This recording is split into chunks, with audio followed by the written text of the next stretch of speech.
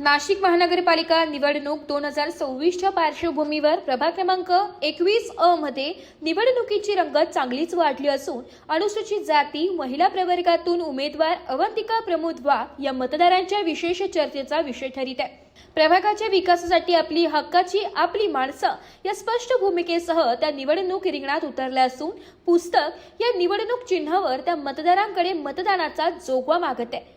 सामान्य जनतेशी थेट संवाद, महिला सक्षमीकरण, मूलभूत नागरी सुविधा, स्वच्छता, पाणी पुरवठा, रस्ते व सामाजिक न्याय या मुद्द्यांवर अवंतिका वाघ यांचा प्रचार केंद्रित असल्याचं पाहायला मिळतोय। या प्रसंगी जोरदारपणे प्रचार रॅली काढण्यात आली। हा प्रचार दौऱ्याची सुरुवात गुलाबवाडी, राजवाडा, सुभाष रोड या मार्गाने करण्यात आला।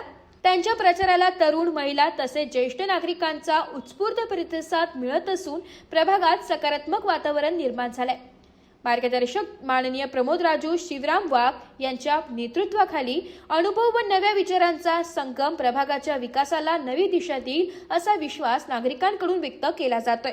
येत्या 15 जानेवारी रोजी मतदारांनी पुस्तक या चिन्हासमोरील बटन दाबून प्रचंड मतांनी विजयी करा असे आवाहन अवंतिका प्रमोद वाघ यांनी प्रभागातील मतदारांना केलंय।